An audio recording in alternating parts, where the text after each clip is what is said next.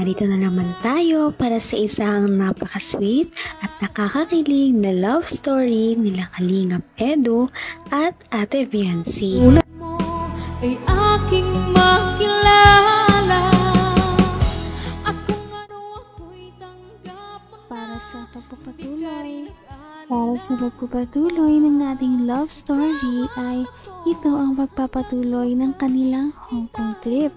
Ito nga ang kanilang unang gabi sa Hong Kong at dahil dyan ay lumabas muna sila para kumain ng masasarap na pagkain sa Hong Kong at pagkatapos nito ay naggala-gala muna sila dahil kilala ang Hong Kong sa maraming mga magagandang lights display at dito makikita natin na manghang-mangha talaga si Ate Viancy dahil first time niya na makapunta dito sa Hong Kong at ito na nga ang mga nangyari sa kanilang night na gala.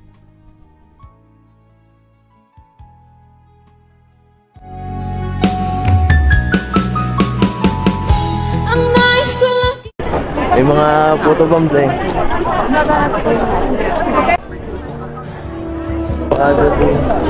Sabay sa top.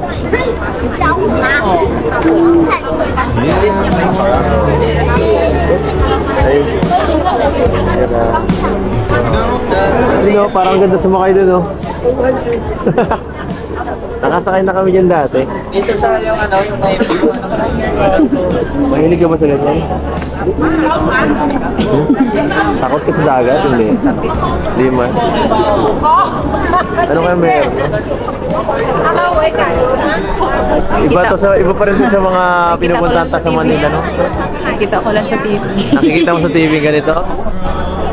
Ang ganda, no? Iba pa rin pala pag iba pa rin. Napaka ang linis, ang ganda. Dito tayo, ganda lang. Dito nakalap tayong selfie. Mas maganda din ito.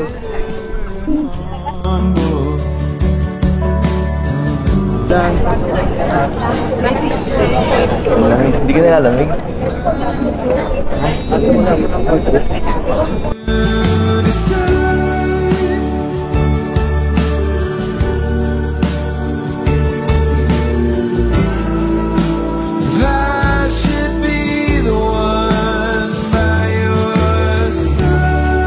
Grabe, parang walang katakutan ng mga... kung ano ako'y tanggap mo na hindi ka rin nag-alinlangan pa. Sobrang one of a kind talaga ang mga memories na kanilang nabuo sa unang gabi pa lamang ng kanilang Hong Kong trip. Napakaganda pala talaga dito.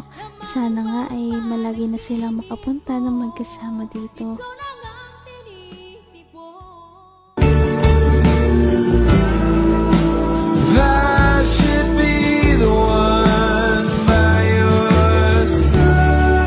Grabe, parang walang katakutan ng mga... Hindi ka rin dito nagsapuntahan.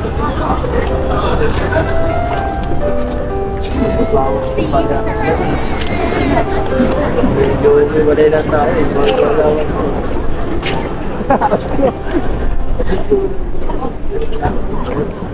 Alam mo ba, dito ligan dito ang pagiging public.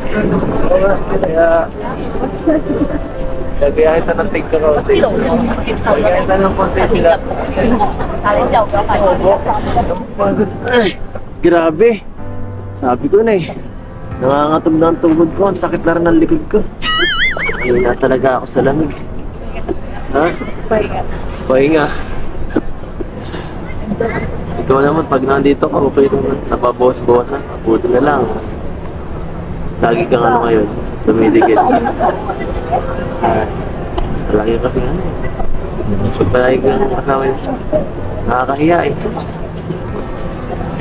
So, nice. Ano yan? Sabi mo gusto ko yun. Joke lang. Sige na, sige na. Sanay ka na. Naman ang bawat panaginip ko, ikaw lang ang tinig. Medyo napagod na nga sila kaya umupo muna sandali ang dalawa. Ito ang kanilang unang alone time na silang dalawa lamang at walang ibang nanggugulo. Kaya makakapag-usap talaga sila ng masinsinan at ito na nga ang pagpapatuloy nito.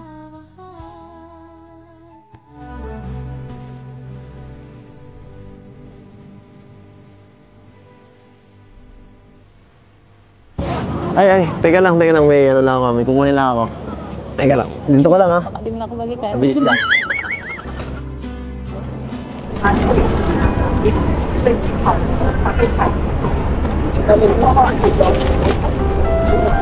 Para sa'yo. Siyempre. Para sa'yo ito. Pinag-important ko to ha. Nakita nagbibenta ng bulaklak. Alam mo, marami akong kakilala dyan. Pwedeng bigyan ng tulong para makapagbili nito. Oh, Happy Valentine's Day. Yan ha. Hindi ako halos pagbibigay ng ganyan sa mga tao.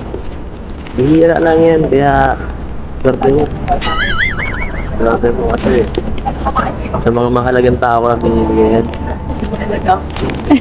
Saka dun.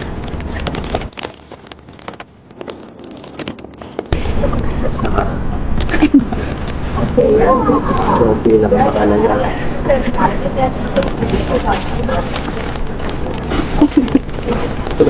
O bakit? Grabe, sobra-sobra na. Grabe na, may pa-flowers pa. Hanggang wakas ay tayo ng dalawa. Palagi kang naman ang isip ko. Grabe naman talaga ang sweetness ni Kalingap Edu. Biruin mo yon, naisip ko pa talaga na bigyan si Ate Biancy ng bouquet ng flowers sa pagpunta nila dito. Ito ang unang natanggap ni Ate Biancy ng bouquet ng flowers sa ibang bansa. At galing ito kay Kalingap Edu, kaya nakakilig talaga. O bakit? Grabe, sobra-sobra na. Grabe na, may pa-flowers pa. Siyempre. Dapat natutulog lang ako. Siyempre para tuloy-tuloy ang saya. No? Yan ang makiuso naman tayo kahit pa paano. Makiuso naman tayo sa mga millennial kahit pa paano.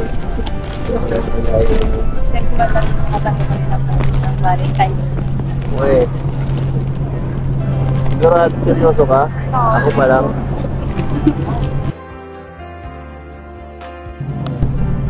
Bakit? Wala ba akong binigay last year? Baka nalimutan ko lang. Kaya di ako nakapagbigay. Alam mo, ito siguro ang pinakamagandang Valentine's Day sa buong buhay ko. Ako din siguro kasi nasa ibang bansa. Oo. Tapos kasama pa kita, no? Kaya doble ang saya. Ito mga ganitong bagay na ko lang to eh. Nai-imagine ko lang to eh. Nai-imagine ko sa utak ko. No? Kasama mo yung taong mahal mo. Ka lang.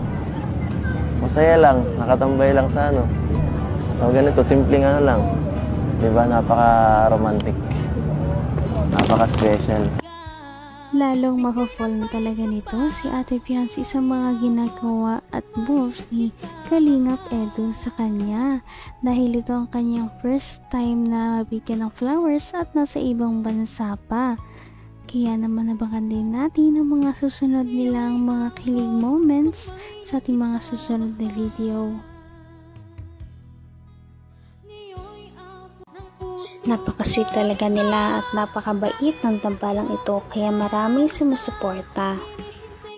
Kaya naman sana ipatuloy natin silang suportahan at mahalin si Biancy, si Kalingap Edu at ang Kalingap team. Yun lamang at maraming salamat sa panonood.